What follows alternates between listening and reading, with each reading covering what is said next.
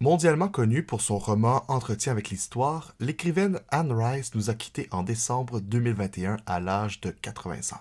Écrivaine états-unienne qui a écrit des romans fantastiques et des nouvelles érotiques, elle connaît rapidement un succès monstre avec Entretien avec un vampire. Entretien avec un vampire, c'est le premier tome d'une série de 13 épisodes intitulée Chronique des vampires. Bien avant Twilight, on a donc une série de livres qui ont remis au goût du jour et popularisé le mythe ancestral de la créature de la nuit par excellence. Tranche de vie personnelle, Entretien avec un vampire est l'un des premiers livres que j'ai acheté par moi-même avec ma propre argent. Il faut dire que l'adaptation au cinéma d'Entretien avec un vampire, en 1994, est l'un des films qui a le plus marqué mon enfance. À un point où si Entretien avec l'histoire s'appelle ainsi, ce n'est pas anodin à l'œuvre d'Anne Rice. Je suis donc plus émotif qu'à l'habitude en faisant ce balado. Ben oui, j'ai des émotions des fois. Ben oui, tout le monde vieillit et tout le monde finit par mourir. Même ceux qui forgent les sociétés dans lesquelles on évolue et qu'on pourrait croire immortels dû à l'impact de leurs actions. Avec les épisodes hors série, Entretien avec l'histoire fait un bref retour sur les vies de ces grands disparus. Née en 1941, Anne Rice grandit dans une famille irlandaise catholique à la Nouvelle-Orléans. C'est un coin de pays qu'elle met d'ailleurs souvent en scène dans ses romans. En 1966, Anne Rice devient la maman d'une jeune fille qui se nomme Michelle. Malheureusement, à l'âge de 6 ans, Michelle meurt d'une leucémie. Le deuil plonge Anne Rice dans un profond désespoir, et c'est pour se sortir de cet état constant qu'elle écrit son premier succès, Entretien avec un vampire. Dans les pages de ce roman-là, qui est publié en 1976, on suit un vampire qui s'appelle Louis et qui fait le récit de sa longue vie à un journaliste. On y apprend dans les premières pages du roman que Louis était, en 1791, un riche propriétaire terrien âgé de 25 ans. Un soir, il est transformé par un vampire nommé Lestat, qui lui offre l'immortalité alors que Louis avait perdu toute envie de vivre. Les deux hommes vont évoluer ensemble au fil des années et rencontrer une jeune enfant orpheline nommée Claudia, qu'ils vont prendre sous leurs ailes. On s'entend pour dire que les vampires, ça n'existe pas.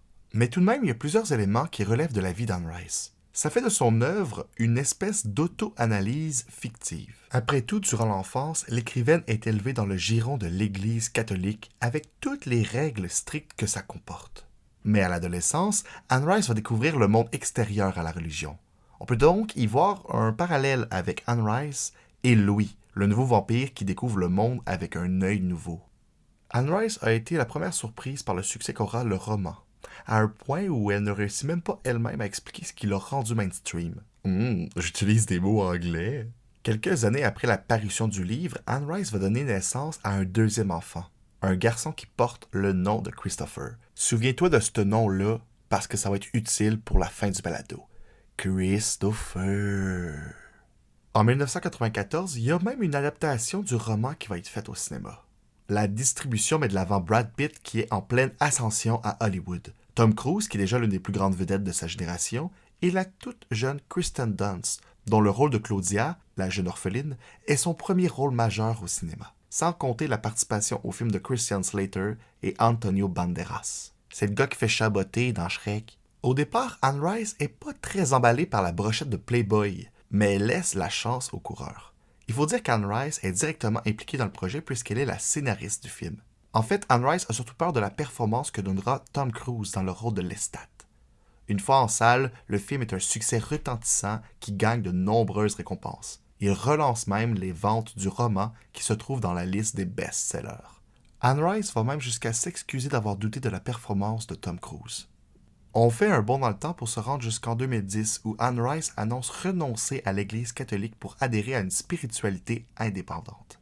Anne Rice dit être dégoûtée du christianisme qu'elle décrit comme un groupe querelleur, belliqueux et hostile. Ah, il va pas de main morte, la madame. L'une des raisons de sa conversion est le rejet de l'homosexualité par l'Église. L'acceptation des homosexuels est une cause qui a rapidement tenu à cœur Anne Rice. Ça devient encore plus vrai lorsqu'elle apprend l'homosexualité de son fils, Christopher. Je t'avais dit que son fils reviendrait plus tard dans le balado? Ben, c'est là qu'il est revenu. Au cours de sa carrière, Anne Rice a écrit plus de 30 livres qui se sont vendus à plus de 150 millions d'exemplaires. L'écrivaine nous laisse un héritage bien vivant et elle figure parmi les plus grands auteurs d'histoires de vampires aux côtés de Stephenie Meyer et Bram Stoker. On peut déjà prévoir que ses œuvres seront adaptées au cinéma ou à la télévision. Il reste juste à savoir quand.